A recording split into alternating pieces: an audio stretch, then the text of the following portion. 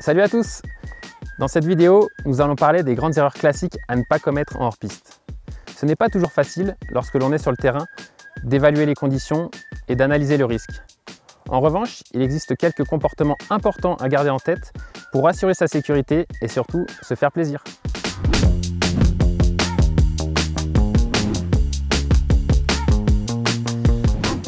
Erreur numéro 1, oublier d'allumer son DVA. Tac, DVA. Je le mettrai tout à l'heure. Oh purée, j'ai oublié d'allumer le DVA. Le DVA, on l'allume dès le matin avant de chausser les skis.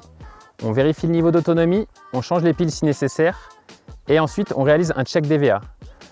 Un des membres du groupe passe en mode recherche et s'assure qu'il capte les signaux d'émission de tous les autres DVA du groupe.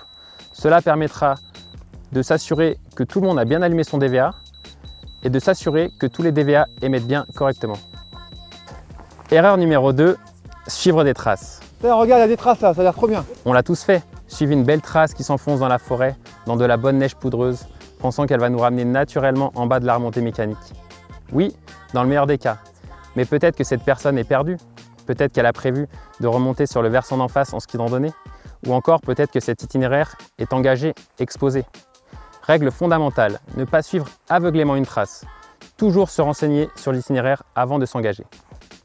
Erreur numéro 3, l'effet de groupe. C'est une erreur classique. Sous l'effet de l'excitation, lorsque l'on est en groupe, on baisse notre niveau de vigilance.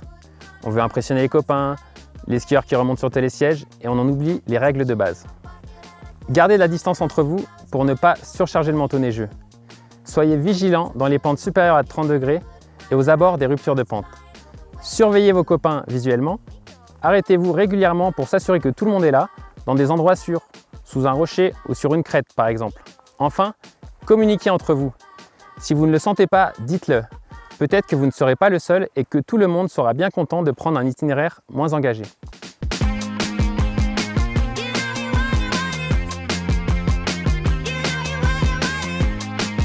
Erreur numéro 4, c'est risque 3, ça craint rien. Alors qu'est-ce que ça donne? C'est risque 3.